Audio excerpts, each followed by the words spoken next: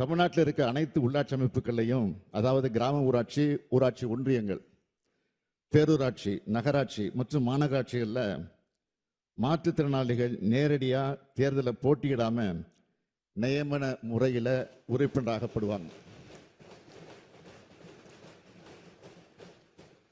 இது மூலமா உள்ளாட்சி அமைப்புகளில் மாற்றுத்திறனாளிகளோட பிரதிநிதித்துவம் உறுதி செய்யப்பட்டு அவர்கள் தங்களுக்கான வாய்ப்புகளையும் சிறப்புரிமைகளையும் சமமாக பெறுவதற்கு இந்த சட்ட முன்வடிவுகள் வழிவகுக்கும்.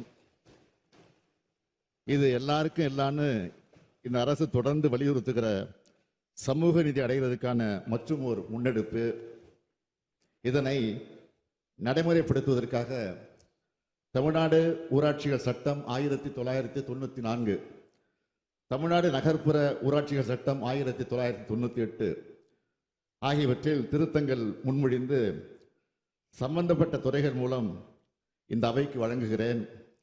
இந்த சட்ட முன்வடிவுகளின் மூலம் மாற்றுத்திறனாளிகளோட குரல் உள்ளாட்சி அமைப்புகளில் ஒலிக்கிறது மட்டும் இல்லாமல்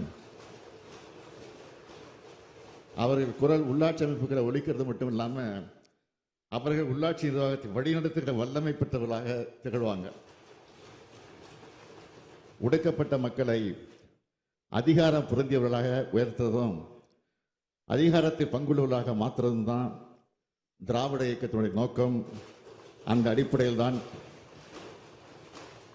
கொண்டதுதான் இந்த சட்டம்.